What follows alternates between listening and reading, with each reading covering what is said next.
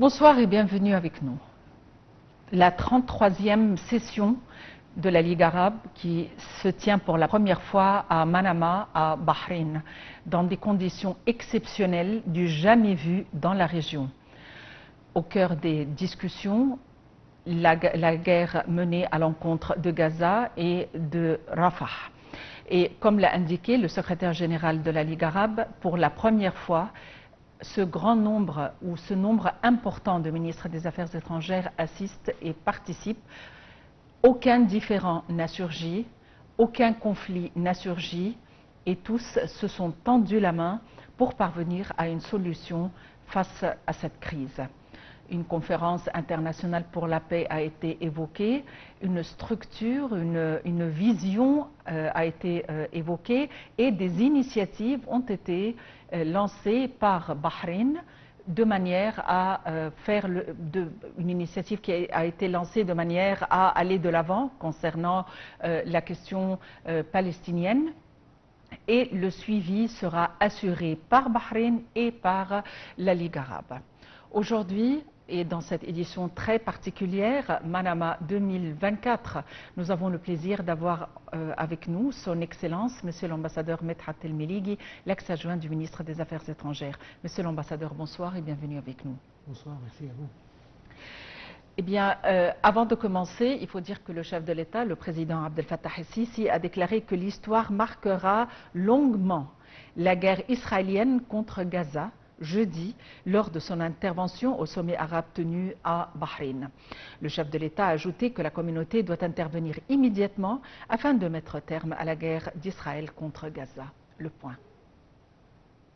Le président Abdel Fattah el-Sisi a déclaré que l'histoire marquera longuement la guerre israélienne contre Gaza lors de son intervention au sommet arabe tenu à Bahreïn.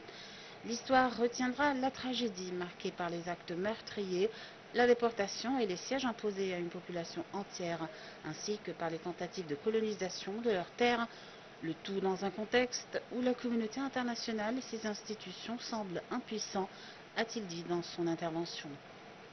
Le président el-Sisi a ajouté que la communauté internationale doit intervenir immédiatement pour arrêter la guerre d'Israël contre Gaza. Il a réaffirmé que l'Égypte maintiendra sa position ferme en parole et en acte en rejetant la liquidation de la cause palestinienne, le déplacement forcé des Palestiniens ou même la création des conditions qui rendent la vie impossible dans la bande de Gaza afin d'évacuer la terre de Palestine de son peuple. Il a confirmé également qu'il est illusoire de croire que les solutions sécuritaires militaires sont capables de garantir les intérêts ou d'assurer la sécurité. Le chef de l'État a expliqué que toutes les générations futures, qu'elles soient palestiniennes ou israéliennes, méritent une région où règne la justice, la paix et la sécurité, une région où les espoirs pour l'avenir dépassent la douleur du passé. Monsieur l'ambassadeur, comme l'a indiqué le secrétaire général de la Ligue arabe, cette 33e session est exceptionnelle. Exceptionnelle de par le fait qu'il y a vraiment un événement, un désastre dans la région concernant la question palestinienne qui était au cœur des priorités. Et en même temps, il a expliqué que le travail de la Ligue arabe ne se limite pas uniquement au volet politique, mais que le volet économique, le volet commercial, éducatif, et relatif à la santé aussi faisait partie de la charge de la Ligue arabe. Aujourd'hui, cette session s'est tenue à Manama et pour une fois, le royaume de Bahreïn a lancé des initiatives et il est chargé de mettre en exergue cette initiative. Tout d'abord, concernant l'esprit de cette session, qu'est-ce qui est nouveau cette fois ? Bon, ce qui est vraiment clair cette fois, c'est l'enthousiasme de tous les pays arabes à participer et à haut niveau. Il y avait autrement, avant, il y avait d'autres sessions plénières et tout, mais qui n'avaient pas ce nombre de chefs et de même ministres des Affaires étrangères. Son Excellence Ahmed Aboulreit a précisé le nombre de ministres étrangers. Il n'y a qu'un seul qui a été absent des 22 ministres des Affaires étrangères arabes qui étaient absents.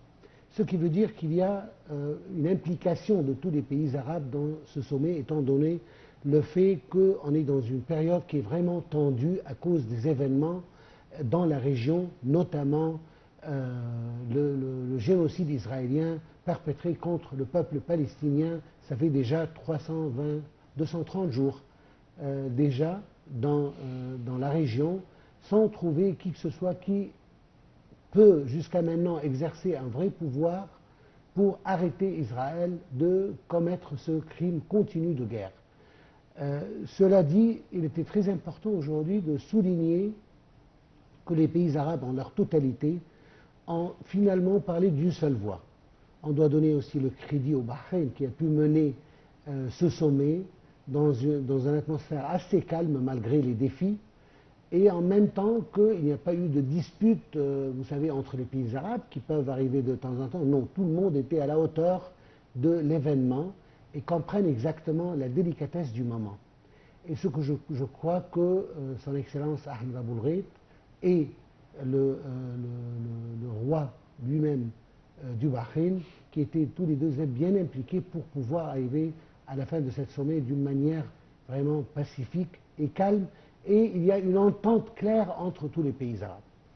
En ce qui concerne le deuxième volet que vous venez d'évoquer, concernant les initiatives bahreïniennes, malgré que le Bahreïn a voulu donner des initiatives dans le domaine social, éducatif, de santé et autres, et politique certainement, mais je pense qu'on doit aussi entendre encore une fois son Excellence le secrétaire général de la Ligue arabe qui a précisé que plus de 75% du temps et même des déclarations étaient consacrées à la cause palestinienne et aux problèmes palestiniens.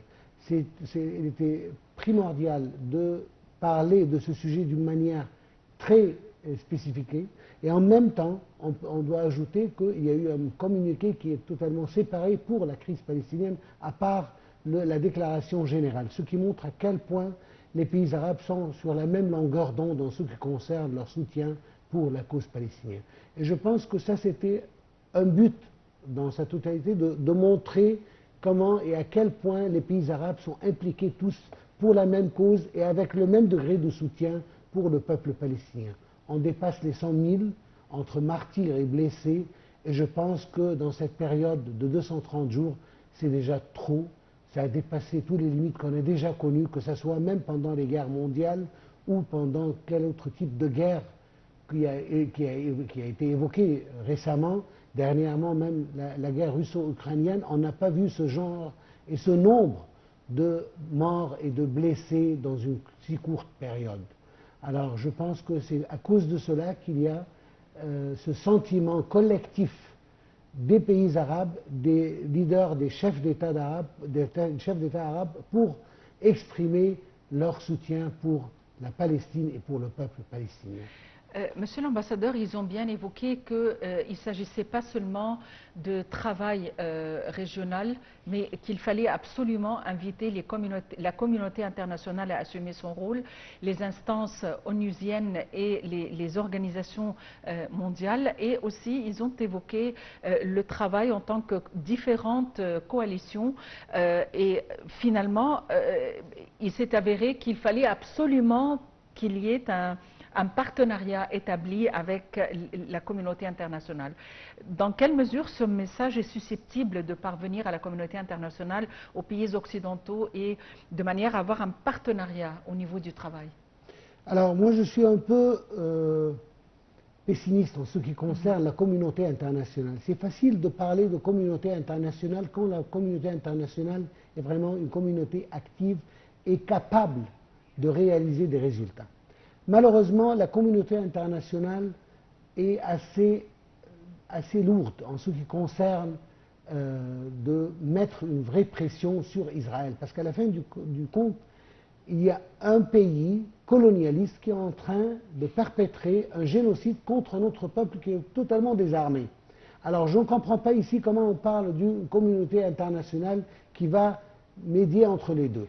Mais je parle plutôt ici de le rôle on doit nommer les choses telles qu'elles sont. Alors on parle ici d'un rôle qui doit être vraiment effectué par les États-Unis en première instance et par l'Union européenne Mais le problème réside dans les États-Unis. C'est le seul pays qui soutient Israël Exactement. de plein gré. Et moi, je ne veux pas distribuer Monsieur la l'ambassadeur, responsabilité. si vous me permettez, nous allons nous interrompre pour juste une minute, juste le temps de faire passer l'appel à la prière de la nuit. À tout de suite.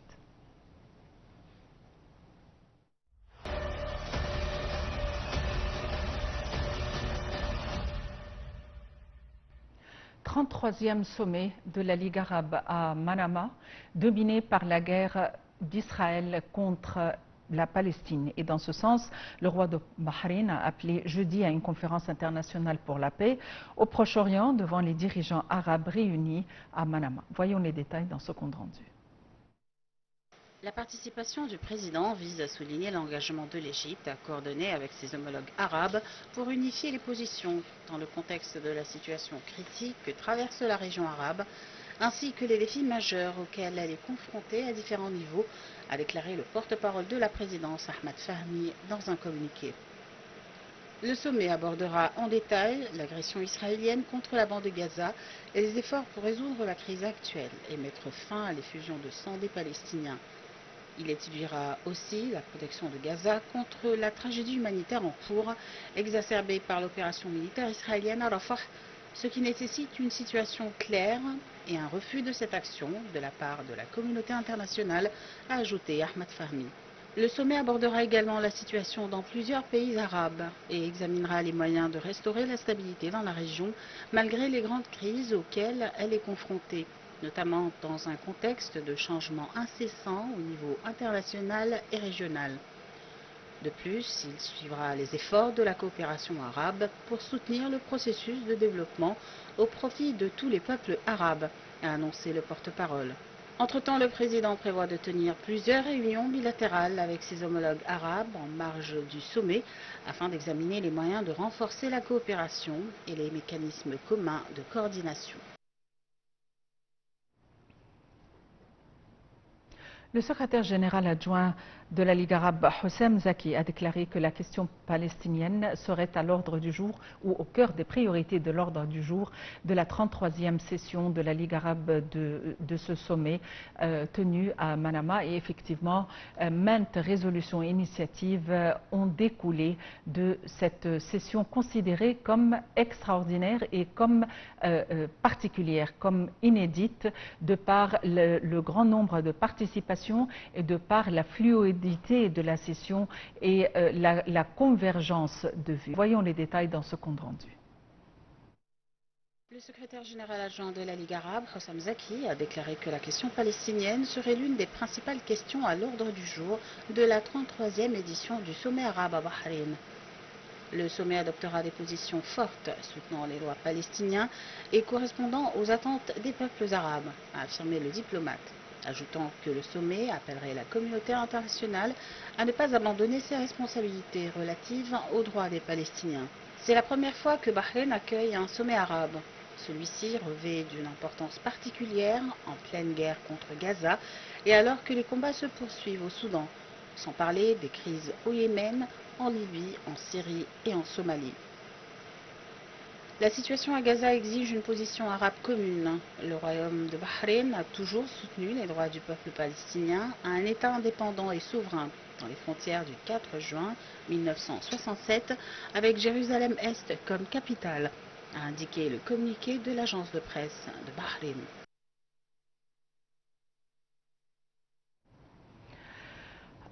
Eh bien, la 33e session au sommet à Manama, des initiatives ont été lancées, des engagements de suivi et de mise en exergue, contrairement à peut-être plusieurs décisions ayant été prises auparavant, et la nécessité de coordonner avec la communauté internationale.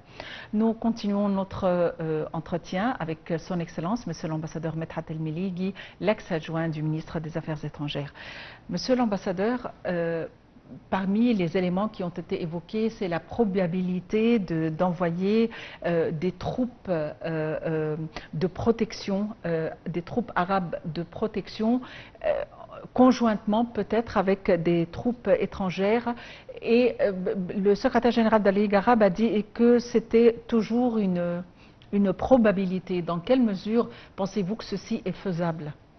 Bon, alors je pense que cela doit être discuté dans un plan majeur de paix. Ça ne peut pas être discuté en dehors des événements qui le dirigent. Je veux dire que maintenant, si on parle d'une période temporaire, le temps d'avoir un gouvernement capable palestinien de gérer ses propres affaires, alors je pense que c'est acceptable. Mais on ne veut pas que les pays arabes ou une communauté internationale soient responsables de la sécurité du peuple palestinien et du bien-être du peuple palestinien. Cela doit parvenir des Palestiniens eux-mêmes. Et je pense que si on parle d'une période claire et décidée, on ne parle pas d'un temps illimité comme Israël le veut toujours. Les accords d'Oslo, ça fait plus de 30 ans aujourd'hui. Qu'est-ce qu'on a abouti? On a abouti à un zéro, un grand zéro, malheureusement, parce qu'il n'y a pas une vraie volonté politique israélienne soutenue par les États-Unis. Encore une fois, je veux répéter ce point-là, parce que moi je trouve qu'on ne doit pas prendre les États-Unis comme le reste de la communauté internationale. Les États-Unis est un complice complet avec Israël. Et toutes les responsabilités israéliennes sont soutenues par les États-Unis. Alors il n'est point de parler d'Israël sans parler des États-Unis dans un contexte palestinien. C'est impossible. Alors s'il y a, pardon, alors s'il y a un soutien américain d'un plan de paix clair et décisif, alors tous les pays arabes seront engagés, que ce soit dans la mesure que vous venez de mentionner ou que ce soit dans une autre mesure. Le plus important, c'est d'avoir un plan bien daté, où on sait exactement à chaque étape où on est. Et qu'il y a des responsabilités partagées, que ce soit sur les Israéliens ou sur les Palestiniens, à exercer à un certain moment donné pour arriver au but final qui est la déclaration d'un État palestinien souverain sur les terres du 4 juin 1967. Ça, c'est le but qui sera accepté seulement par le monde arabe. Mais essayer d'exporter le monde arabe comme lui, leur gendarme pour les Palestiniens, pour contrôler les Palestiniens de ne pas se révolter contre un occupant israélien, je pense que les pays arabes ne vont pas accepter cela. Et du coup, qu'Israël doit déclarer qu'elle ne veut pas annexer les terres palestiniennes, parce que c'est de là que viendra le calme palestinien. Pourquoi est-ce qu'Israël aujourd'hui n'est pas satisfait? C'est à cause des mouvements de résistance palestinienne. Mais ces mouvements de résistance vont rester tout le long de l'occupation. S'il y a occupation, il y aura résistance. C'est le droit international. Ce n'est pas seulement un droit qui est désigné aux Palestiniens. C'est le droit international qui donne le droit aux pays et aux peuples qui sont conquérés de se battre contre l'occupant, contre le colonialiste. Alors, tant qu'il y a un colonialisme, il y aura une riposte contre ce colonialisme. Excellence, Monsieur l'ambassadeur Medhat El-Meligui, je vous remercie infiniment pour votre présence avec nous. Je répète, vous êtes l'ex-adjoint du ministre des Affaires étrangères. Eh bien, des décisions ont été prises, des initiatives ont été prises, des engagements de suivi, des séances ou des conseils ministériels vont se tenir plus fréquemment et un appel important à la coordination des efforts avec la communauté internationale, avec le monde occidental, avec le monde asiatique et comme l'a indiqué le secrétaire général de la Ligue arabe, le vrai visage concernant les exactions israéliennes a été dévoilé. Israël qui n'a plus qu'un seul supporter et c'est les États-Unis. Est-ce que la communauté internationale serait capable d'assumer son rôle? C'est ce que les jours vont révéler ou prouver. Merci de nous avoir suivis. Très bonne fin de soirée à tous et à la prochaine.